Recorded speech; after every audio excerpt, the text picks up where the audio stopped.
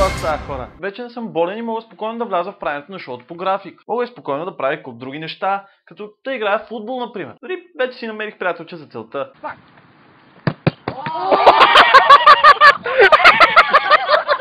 Не, ця карма е г**ти кучката. Както би казал един известен актьор, туш, туш, туш. Обичам такива клипчета. С хепи енд. Ето защо англичаните не печелят световното. Въпреки че нищо чудно и тренировката на българския отбор да преминава така. Но този клип освен смешен и леко плашещ. Не мислите ли, че операторът е дявола?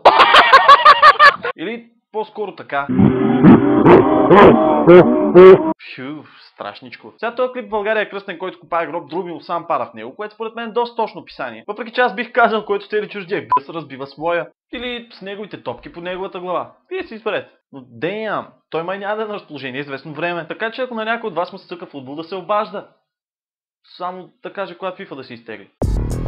Първо, сигурен съм, че и вие като мен доста често се чудите как слагат току-що произведените лодки във водата. Не? И аз не мисля за това, имам си доста по-важни неща. Но все пак сега ще ви покажа как точно става номера.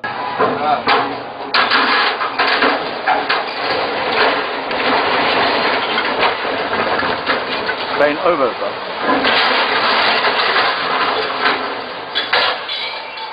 Рекламите на Viagra стават все по-странни и по-странни. Всъщност не съм сигурен дали точно това не е бил плана и това да е просто начина, по който те го правят там. Може пък и да са искали крана да направи задно салто. Още в началото оператора на крана успява да се разкара от кабината. Не ми плащат достатъчно за тези простоти. Но пък човека не е виновен. Казаха му да сложи лодката в водата и той това си направи. Лично моето мнение е, че това там не е такова, каквото изглежда. Според мен това са Power Rangers, правейки Megazord. Но просто аз така го виждам, знам ли. Искам да ви покажа момента с тренировката на американските специални части. Не ме разберете погрешно, но тези части са толкова специални, че искам това видео да си остане само между нас. Вече си да видите най-доброто разбиване на врата в историята.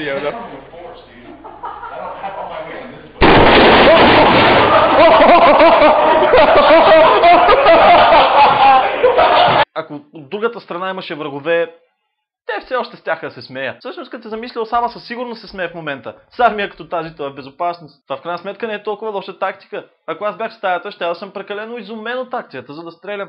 Да, Юксел. Днес след тежко сражаване група войници бяха брутално избити на ивицата Газа след нападение от група бюра за вторични суровини. Обратно към теб. Не, хора, не искам да кажа, че и армията няма право да се забавлява, но е хубаво, когато виждаш къде отиват парите за данъци. Не съм сигурен кое е по-лошо. Самата сцена или това, че я снимат за публично достояние. Иначе това е начинът, по който и аз си отварям вратите вкъщи. Просто не знаех, че и армията го прави така. Но знаете ли кое винаги разбива всички врати? Коментарният въпрос на деня, който идва от потребител с ник Бейам! И той пита: мисля, че имаше предвид коя е вашата най-добра реплика за свалка.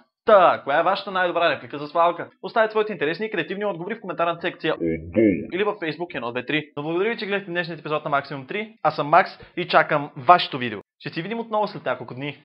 Кажете ми, хора, ако котките можеха да говорят, какво биха ни казали?